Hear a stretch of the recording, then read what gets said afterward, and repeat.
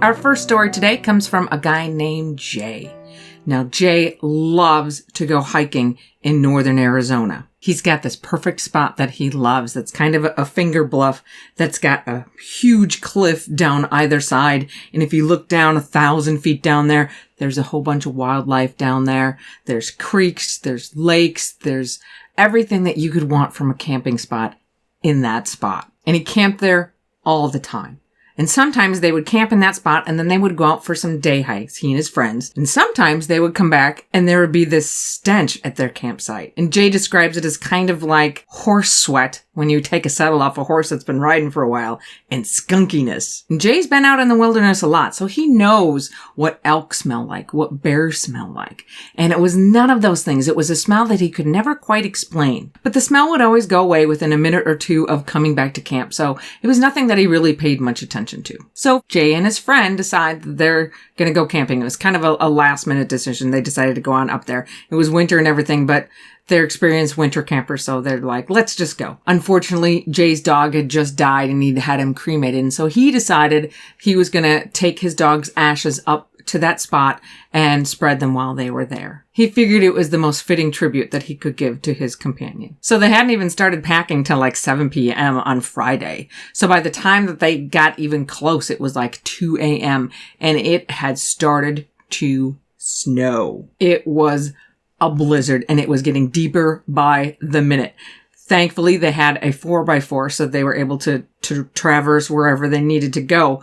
But they kind of figured by the time they got there, they might actually be stuck there for a few days. But they figured they were fine because they had everything that they needed. But by the time they actually got to their camping spot and got their tent set up, it's like 3 a.m. Now, the snow had stopped by now. So they decided just, to kind of chill out from that white knuckle drive to get up there and everything. They just each grabbed a beer and went over to the cliff just to look out at the scenery and decompress for a few minutes. Now, it's only like a 30 or 40 foot walk from where they had set up their tents over to that little finger outlet that if you stand there, you can look down the 1,000 feet to see the lake and all of the wildlife and everything beneath you.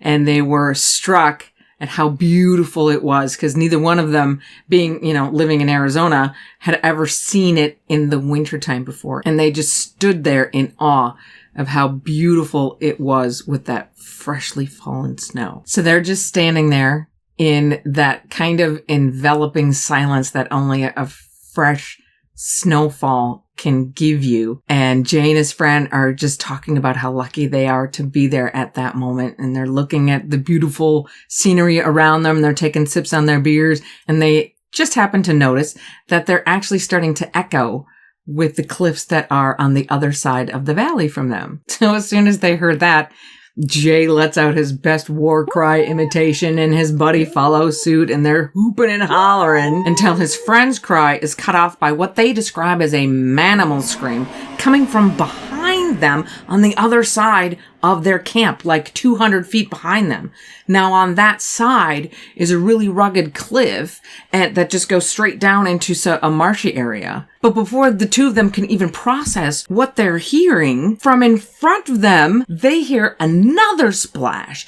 Huge. Sounds like somebody's just jumped in the water doing a cannonball or something. And then they hear what sounds like somebody swimming. They said it sounded just like a person swimming in the water and kicking their legs. But Jay says that this thing sounded more like a 500-pound poor swimmer fully clothed with boots and all paddling through the water. But they were kicking so hard you could hear the concussions of the legs hitting the water reverberating through that valley. But whatever it is, it's moving very deliberately in their direction to their side of the valley. And keep in mind, it's a super quiet winter night, and they could hear it climb out of the water and drip on the rocks below it, start stepping along the stones and crashing through the brush as it started to go up this 1,000-foot nearly vertical incline. At this point, Jay and his friend cannot believe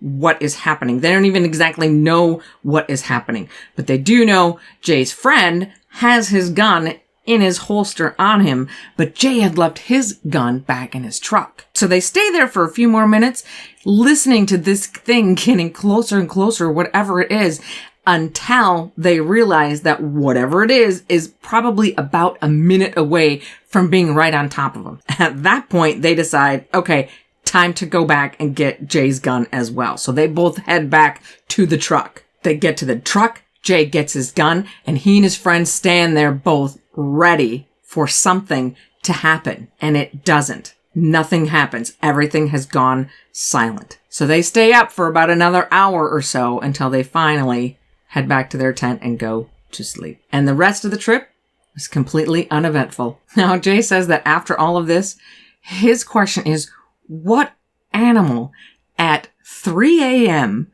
after a blizzard with all kinds of fresh snow on the ground runs into freezing water in the direction of humans screaming? The only thing he can think of is that something was being chased by a predator. So it broke out of the woods and went into the water to get away from whatever this predator was.